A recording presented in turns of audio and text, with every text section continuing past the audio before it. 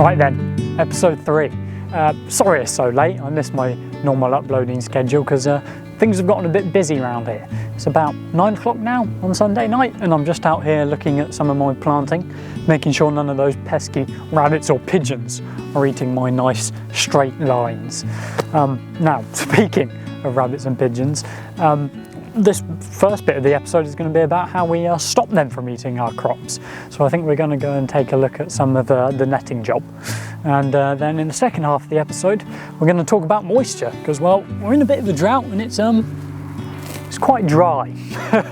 So we'll show you how we're dealing with that and how we're getting on. So yeah, hope you enjoy this video and hopefully I'll see you in a shorter amount of time than the last episode. See you later. So here we are, we're in the field that we planted in the first episode, broccoli. That was way back at the beginning of June, it's now mid-July.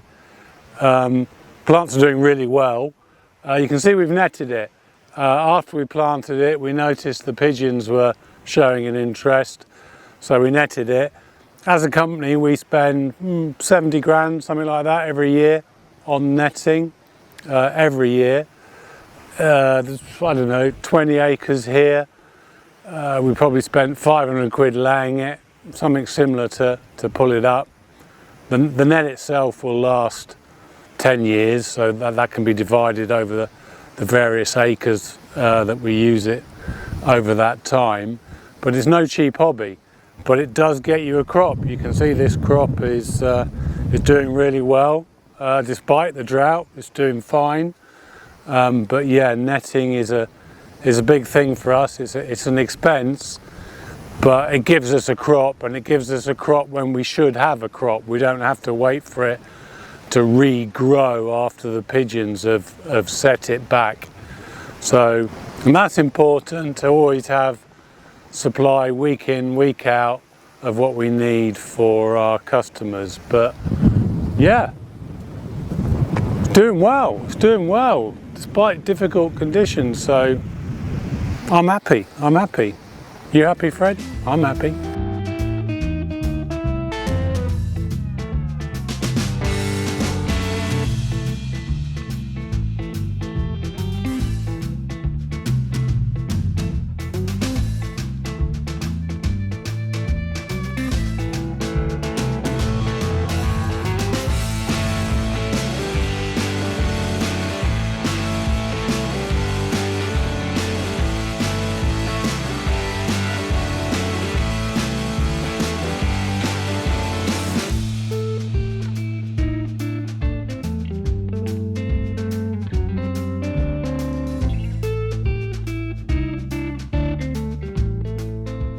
So we're out here taking some netting off broccoli today. We're actually right next door to the field where we were harvesting broccoli in the first episode, although that's all now been ploughed in and ready for the next crop. So we use netting pretty much to keep the pigeons off. Because again, as you saw in the first episode, pigeons are a very big problem for us. Netting also does act a bit like a greenhouse. As you put it on, it sort of traps a bit of the heat to bring the crop on a bit faster, but we have polythene for that. So if we actually want to do that, then we'll use polythene, not netting. So how it's done is we use a dispenser. The machine that's working over there can dispense, but we have another one that we'll look at in the yard that we use just for dispensing. So they drive down the wheelings with these nets and they pull them off and lay them down in the wheelings. Then by hand we sort of drag them over the crop, shovel some soil onto the ends just to stop it from sort of blowing away. You can use pegs for that. A lot of people use pegs, but 1, they cost money, 2, you lose them really easily, and 3, you have to go out and pull them out when you want to roll the netting up. So yeah, and then when we come to pull the netting in like today, we do the opposite. We pull it back into the wheelings. This winding machine comes along, which spins using a hydraulic motor, and then winds it up into these nice rolls. Then we put these sort of plastic film around them just to stop them from unraveling. Then there's a front loader right behind the camera that at the end of the day they'll pick them up, put them in the back of the trailer and take them back to the yard ready to be used again. Now, we do netting a bit differently than other people. When we're rolling in, we always use 2 people. It can be done with 1, but sort of one person can hold sort of the wrap and put the netting on, and another person can sort of control the roller with the control pad in the cab. Just in case something goes wrong, then you can stop it, because if you're sucked in by that netting, you're going to be round in with it, which would be quite painful, I reckon. So yeah, I've got some clips of them working, so we'll go take a bit of a closer look.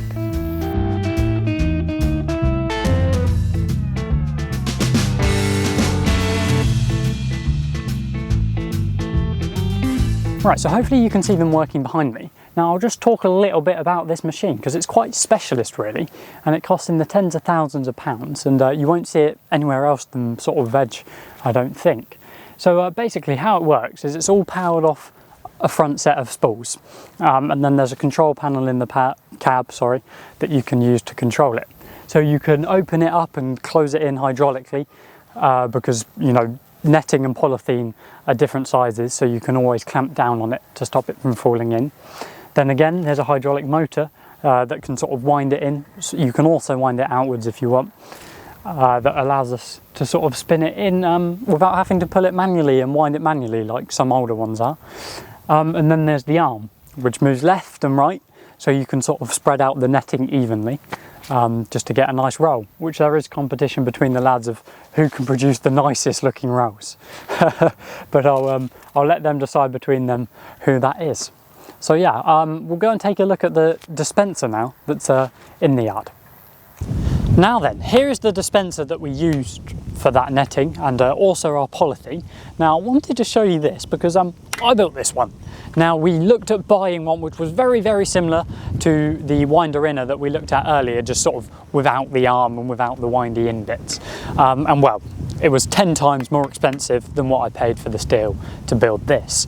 So yeah, and we've actually found that it works a bit better, because that more expensive one, how it worked was there was a larger bit of box section that you slid the smaller bit of box section, which is through the middle of the netting, into, and then you sort of clamped it down on it, so it wouldn't come out. So what you had to do was get this, you know, massive roll lined up perfectly and then close it up. How you do mine is you sort of open it to the width of whatever roll you're dispensing. Then you get this pole, which I need to swap for a round one just so it's a bit less clunky, but it still works. And you slide it through the middle of the roll, and then you just reverse this under and lift it up and off you go.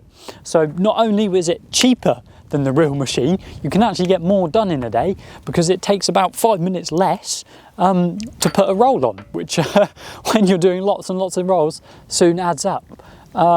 Now, it's made primarily out of 100 by 100 by 5mm thick box section. There are some bits like this sort of frame support bit which are 100 by 50 by 5, and then the sort of contact point, shall you say, where your linkage and the bar for the dispensing actually goes a 10mm thick, just to be that bit stronger. So yeah, there are 2 bits of larger box section here, which the smaller bits of box section for the legs slide in. I did have to pad them out with plates because you'll never find 2 bits of box section that slide together perfectly, but there's very little friction. One person can pull them out, no trouble at all. Even after dust has got in there and mud, we do it in winter, summer, all the time. So yeah, it works really, really well, and I'll put some pictures up of how I made it.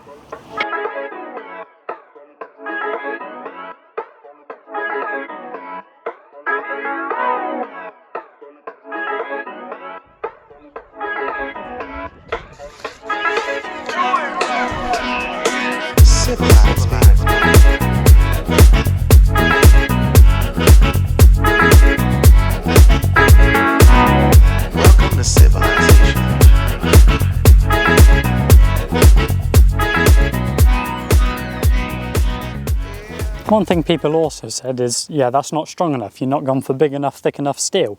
But as you can see, we've been using it for, I don't know when I finished building this, about 5 months ago. And we've not bent anything, we've not snapped anything, and it's still working exactly as new. Yeah, it's got a bit of the paint worn off and it's got some mud on, but it still works really, really well and nothing's gone wrong. So yeah, I think it proves that you don't always need to go overkill, because it costs a lot more money and is just a lot more weight that you've got flinging around.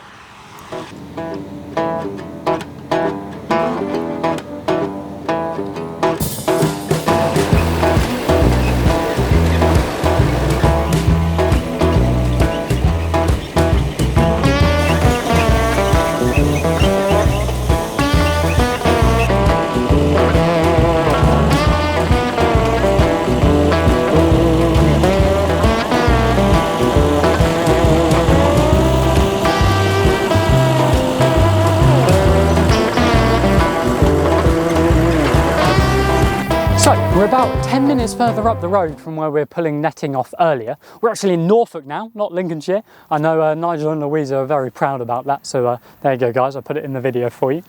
I think you should be able to see behind me Magic here. He's planting some overwintered cauliflower. It's been a little bit of a struggle because it's very, very hot at the moment. It's about 30 degrees today. I know that one episode ago, which was filmed 2 weeks ago, I was also complaining that it was 30 degrees. Last week, when I didn't film an episode, it was a bit cooler. It was more like 20, 23 degrees.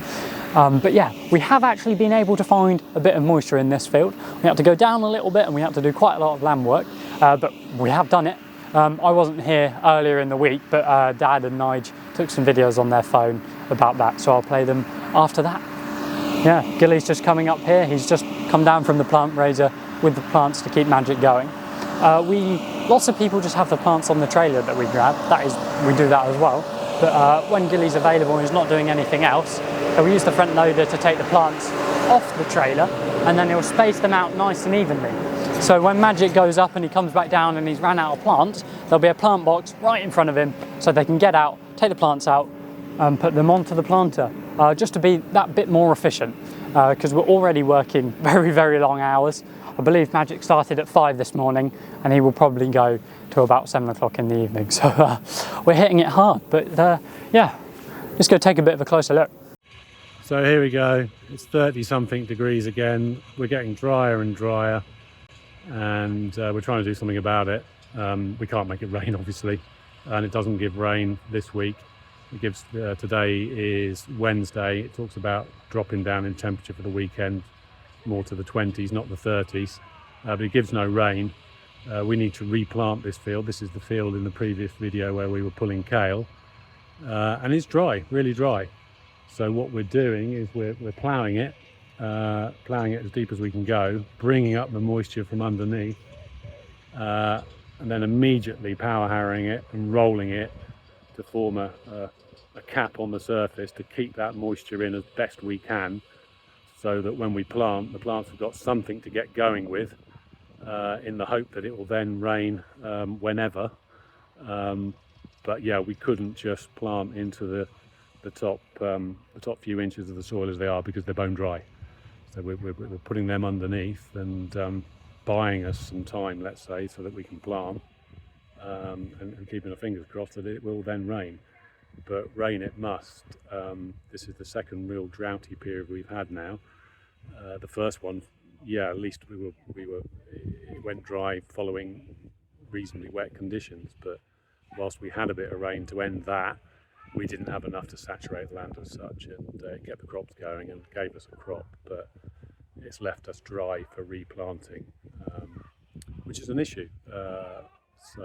Yeah, this is what we're doing about it, which is all we can do.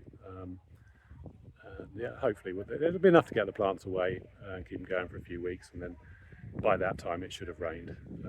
Fingers crossed, and yeah, start the rain dance. So we're power harrowing here, getting ready to plant. We've got a nice bed to plant into, but we've got the rollers on the back just to try and cap it a bit to keep that moisture from evaporating.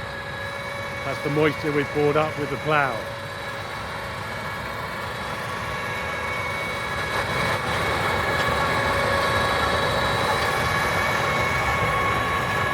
So that is the idea of the rollers.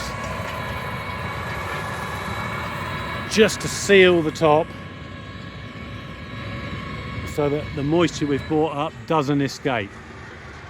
That's the plan here. So we've got the plough over there, look, and right hard up behind him we're getting the land ready to plant with the rollers. It's really hot. This is the second real dry, droughty period we've had.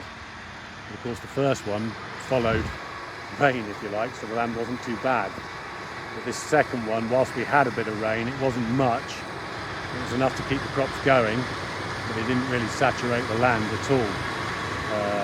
So yeah, we really need rain. But we're doing the best we can without it, and looking for whatever moisture's in the land, bringing it up with the plough. So we've got both tractors here working on that job, and then we'll get in here tomorrow or the next day and plant up. So we've been looking at moisture in land. This crop was planted good 3 weeks ago. It's 12th of July. This was planted early June. There was a tiny bit of rain start of June, nothing special, but it stayed dry ever since. And look at the plants. They're dark green, they're growing, they're happy, they're doing well. I'm pleased with these. But this land was worked 3 weeks ago in what's been record dry temperatures. So let's see if there is still moisture in it like we saw in land we were starting to plant. Bear in mind we're quite close to the sea here, the wash, so the water table's high and it's good land. So we get the old spade out. It's my grandmother's spade, Omar's spade. I love this spade, they don't make them like this anymore. Had this for a long time, done a lot of digging. Right, let's have a look at this, Fred. We'll stick that in, don't have to go terribly far, and see what we bring up. There we go. Well, it's even stuck to the spade, look, it's that moist. You see that? That is moisture, and plenty of it, and it's just under the surface. The plants have got their roots well into that. You can see it's a darker colour, look, see that? So there we go. Never been irrigated, no need to irrigate it. It does talk of rain coming the back end of next week. This is going to get there, no trouble at all. So we've not spent lots and lots of money on irrigation, and the crop's doing really well. So happy with that, really happy with that. You happy with that, Fred? I'm happy with that.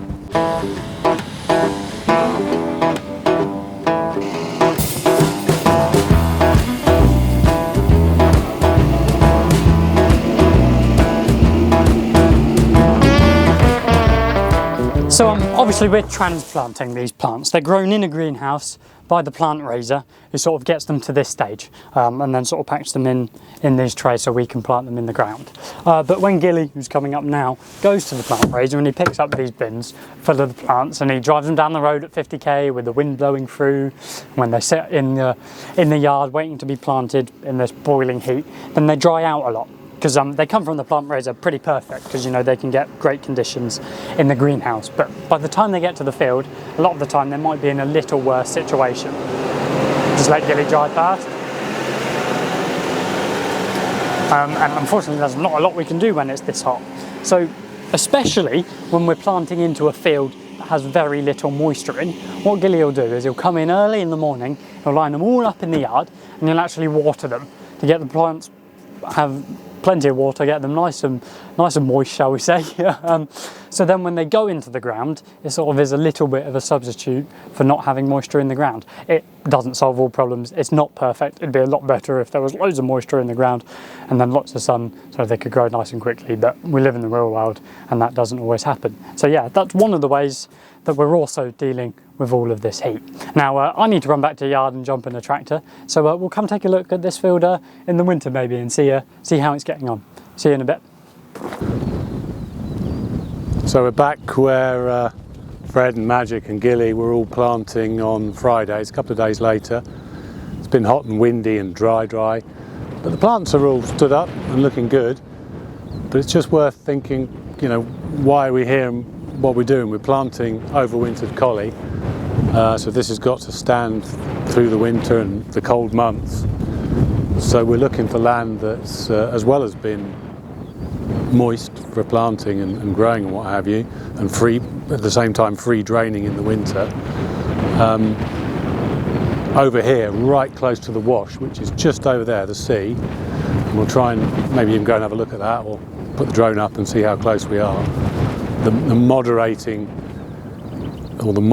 effect of the sea will keep us slightly warmer in the winter, help against frost, and slightly cooler in the summer. You can feel the sea breeze coming now, and it's even though the weather has changed slightly, it's a good place to be, close to the coast. Real ideal situation for overwintered collie, because this has got to stand, well, the best part of 6 months of weather.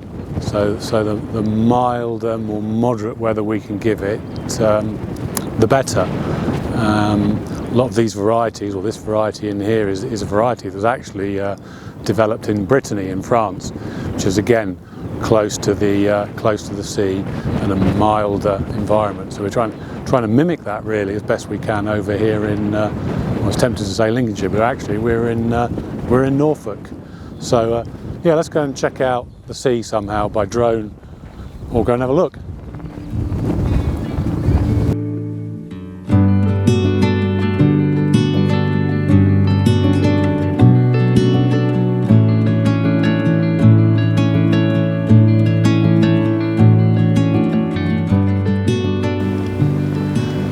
So we've just driven, I don't know, 3 or 4 minutes from where we were looking at that cauliflower crop, and we're right out by the sea. We mentioned we were really close to the sea. You can see that behind me. There's an area of marsh and the sea beyond. Some days it will come all the way up to this big bank. I'm not sure when this bank was built. The fens where we are were drained in the 1800s, 1830, but I suspect this one's a bit later. But yeah, we're right hard next to the sea here, and it's interesting, you can see the River Nene coming in over on the right, which flows up to Wisbeach and Peterborough and beyond, and you can clearly see at the moment that the water level of the river is way above the land here. So it tells you something about the water table. I don't know if Fred can capture that on his camera, but it's significantly lower. So we're clearly below sea level at this point in time on the land that we're farming. I think that probably goes some way to explain why the water table is so high and it's still moist underneath. Really interesting. There's a massive expanse of land in here. That way is King's Lynn, Hunstanton, the North Norfolk coast beyond. That way you'd go through Holbeach, Surfleet, all the way around to Boston and Skegness and beyond, all either side of the wash. That's the fens, and that's where all our veg is grown, with exception to that's further afield in places like Cornwall and Spain, of course. But yeah, really interesting. Just thought it was worth coming up here and having a look. I love it up here. I've always been coming up here since I was a kid, really.